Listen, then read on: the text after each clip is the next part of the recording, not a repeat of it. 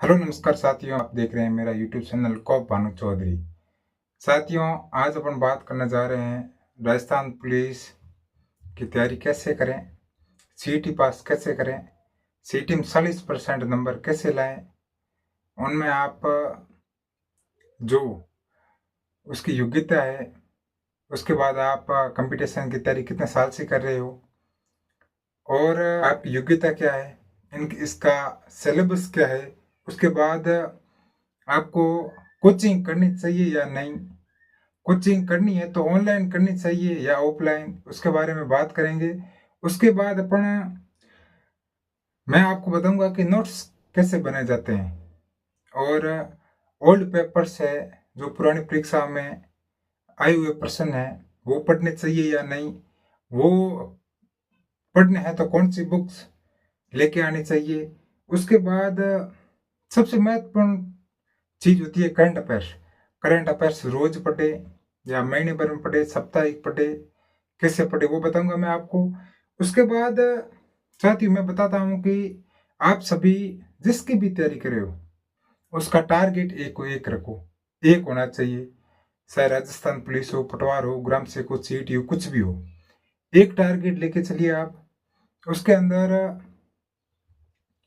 आपका सिलेक्शन कोई रोक नहीं सकता। एक टारगेट होगी, उसके प्रति लगन होगी तो कोई रोक नहीं सकता है। अपन शुरुआत करते हैं कंपटीशन के बारे में।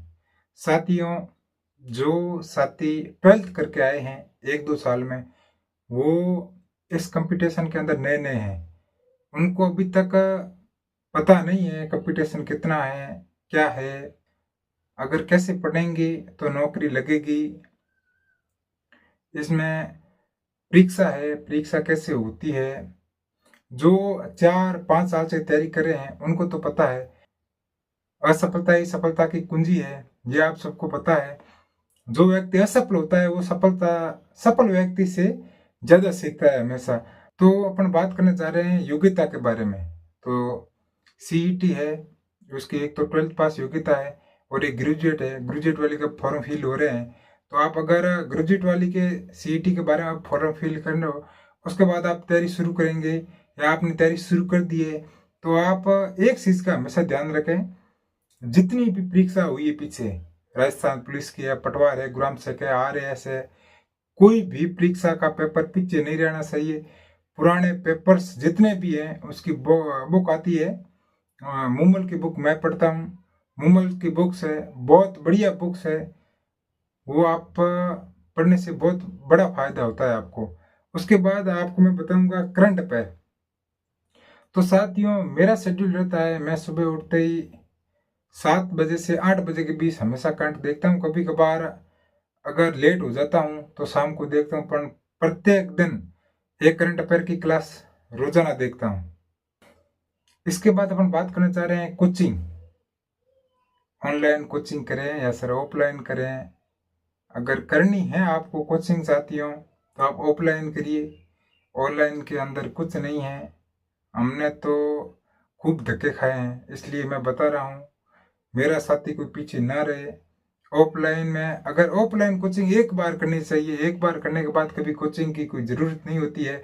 एक बार बेसिक तैयार कर देते हैं, फिर उसका कुछ नहीं है, किताबें पढ़िए, किताबें सिलेक्शन देती है, कोई कोचिंग सिलेक्शन देती नहीं है साथियों। उसके बाद नोट्स, तो नोट्स साथियों बुक्स के अंदर से ही नोट्स बनाए। जैसे कि अपने को पता है इतना सारांश पढ़ा, इनमें से मोस्ट इम्पोर्टेंट क्वेश्चन कौन सा होता है वो क्वेश्चन नोट्स के अंदर लिख दे। उसके बाद नोट्स का रिवीजन करते रहें डेली। अगर एक दिन में नहीं होता है तो 7 दिन बाद कीजिए, 2-3 दिन बाद कीजिए, शेड्यूल होना चाहिए। नोट्स जैसे इतिहास के नोट्स है, क्लास संस्कृति के है, भूगोल के है, तो 7 दिन में, 10 दिन में, 15 दिन में, हाईएस्ट 15 दिन, उसके बाद एक बार उसको रिवीजन करना चाहिए। और उसके बाद अपन बात करने जा रहे हैं सिलेबस। तो साथियों, मैं आपको बता देता हूँ कि सिलेबस सबसे महत्वपूर्ण चीज होती है। इसके अंदर क्या क्या सिलेबस है, कुछ क्या है नहीं, क्या छोड़ना है, क्या पढ़ना है, इसके बारे में अपने को जानकारी होनी चाहिए। इसलिए सिलेबस सामने चिपका दीजिए आप, उसके बाद आप पढ़ते रहिए रोज, कोई नहीं रोकने वाला है। अगर मेहनत करोगे सफलता हमेशा लेके जाओगे। जय हिंद साथी, जय भारत।